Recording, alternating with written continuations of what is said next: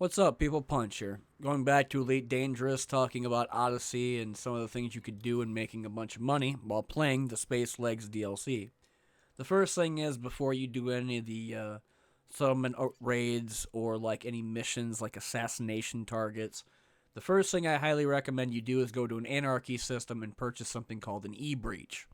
An e-breach is a thing that will allow you to access modules that if you don't have the access level of 1, 2, or 3, you can get through doorways that you normally wouldn't be able to get into.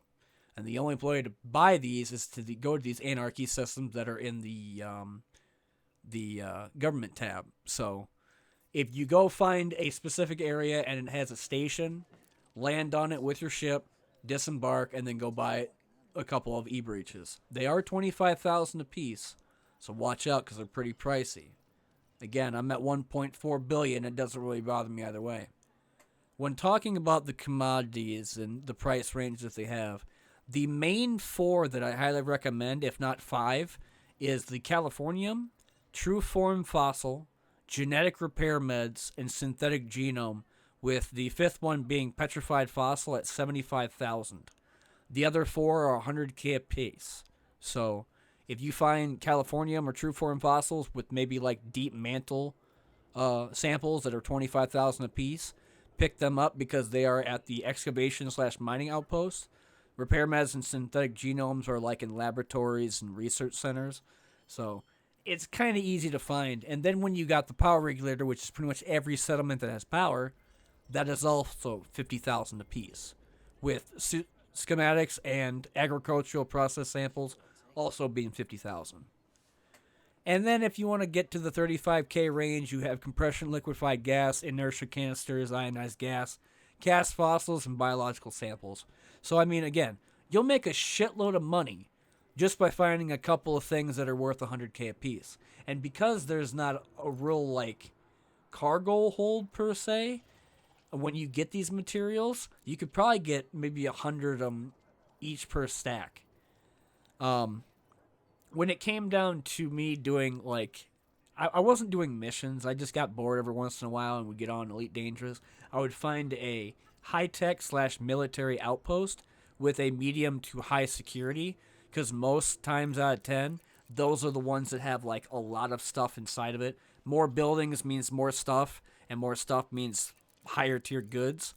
So if you do go to a settlement to raid it, like military or high tech or an excavation site, maybe even a research center, highly recommend getting e-breaches and then getting the suits, which is the Maverick suit and the Dominator suit. The Maverick has the plasma torch, which allows you to cut through the red stuff, whether it be like a bar blocking the weapons locker or a door that needs to be cut open so that you can get inside the electric charge. That's what mainly the Maverick suit's for. And the thing that sucks about it is that it has one primary and one sidearm. Then when you have the Dominator suit, you have two primaries and one sidearm, but you don't have anything like the plasma torch. You just have the profiler and the overcharge tool that allows you to charge up your shield and stuff. So when I do these missions, what I would do is I would try to get the access level 3. That is what you need to get inside the power center. But if you can get an access level 2 or 1, that's still pretty good because you get inside the buildings that you normally wouldn't be able to get into.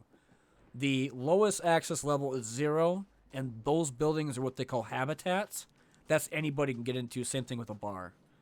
But level 1, 2, and 3 is for the storage.